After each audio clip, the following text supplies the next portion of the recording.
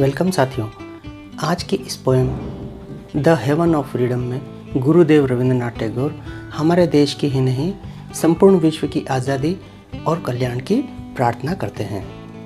वे कहते हैं कि देश में ही नहीं संपूर्ण विश्व में भयमुक्त और शिक्षा युक्त वातावरण हो, प्रत्येक व्यक्ति को अभिव्यक्ति की आज़ादी हो, हर व्यक्ति का आत्मसम्मान हो, सभी एक बने, नेक बने, धर्म, जाति और संप्रदाय के नाम पे बटे हुए नहीं हों, प्रत्येक व्यक्ति सच्चा हो, अज्ञान और अंधविश्वास का नाश हो। वो ये भी प्रार्थना करते हैं कि हमारी सोच सकारात्मक हो और हमारे कार्य श्रेष्ठ हों, जो हमें उन्नति की ओर ले जाएं। यहाँ कवि ईश्वर से, परमपिता परमेश्वर से ये भी प्रार्थना करते हैं कि हमारा देश ही नहीं संपूर्ण विश्व में आज़ादी के उजियारे को फैला दे और गुलामी के अंधकार को मिटा दे और देश को आज़ादी का स्वर्ग बना दे। देखिए, वे अपनी प्रार्थना की शुरुआत में ही कहते हैं, where the mind is without fear and the head is held high. जहाँ सभी की सोच भयमुक्त हो, सभी का सिर गरिमा से, गौरव से ऊंचा उठा रहे, यानी कि जहाँ विचारों की आज़ादी हो, जहाँ विचारों की भयमुक्त अभिव्यक्ति हो, सभी का आत्मसम्मान और गौरव बना रहे। Where knowledge is free.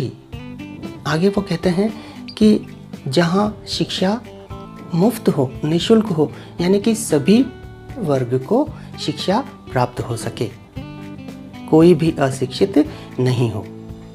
Where the world has not been broken up into fragments by narrow domestic walls।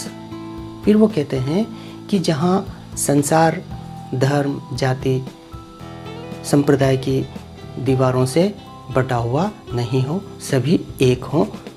यहाँ वे राष्ट्रीय एकता पर और आपसी भाईचारे पर बल देते हैं और कहते हैं कि हमें ऐसे स्वर्ग में पहुँचा दे जहाँ सभी एक बने, नेक बने।